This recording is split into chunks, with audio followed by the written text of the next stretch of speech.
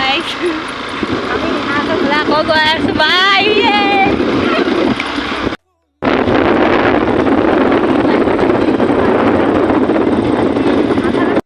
hello' guys আমি এতিয়া দোকানৰ পৰা আহিলোঁ কিবা লৈ আহিছোঁ তো আমি আহি আছোঁ এতিয়া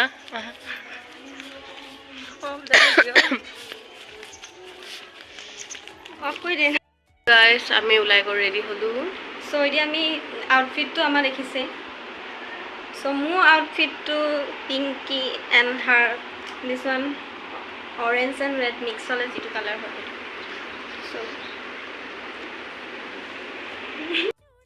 চ' গাইজ ৰিলছ বনাবৰ কাৰণে মানে কাপোৰ এয়া পিন্ধি ল'লোঁ চাদৰ মেখেলা তাৰপিছত